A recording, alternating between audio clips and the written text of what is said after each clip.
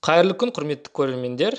Көптеген мұғалімдер, көптеген оқытушылар, Қазақстан Республикасының азаматтары осындай вакцинациялау паспортын қалай алғаныңызды айтыңызшы, видео ретінде түсіндіріп, инструкциясын көрсетіп жіберіңізші деп айтып жатыр. Соған осы видеоны түсірейін деп отырмын.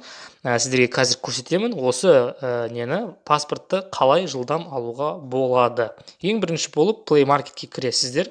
Play Marketкен eGov Mobile деген осы қосымшаны установить етіп аласыздар, яғни установка жасайсыздар. Бұған где-то бір 2-3 минут уақыт кетеді. Сондықтан да видеоны жылдамдатамыз.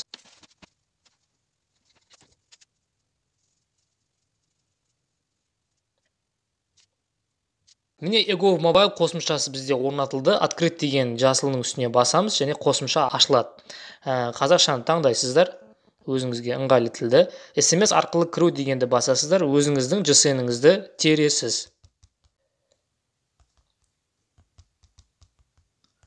Содан кейін мобильдік базаға тіркелген нөміріңізді жазасыз.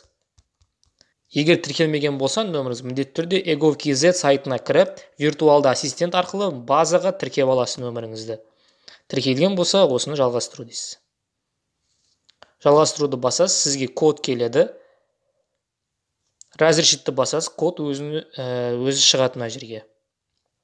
Егер де ондай разрешит шықпайтын болса, SMS-ке кіріп, соңғы келген 1414 код жазыңыз.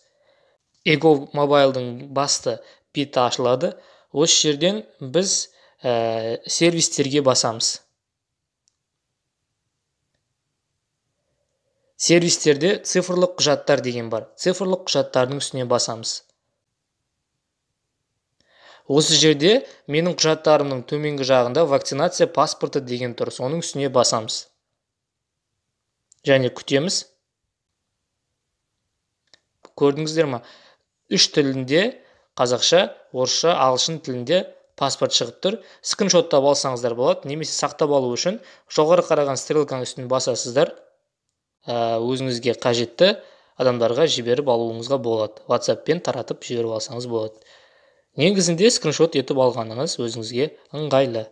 Жақсы, егер де сізге түсінікті болса, лайк басып қойыңыз, арнаға тіркеліңіз. Қош, сау болыңыз.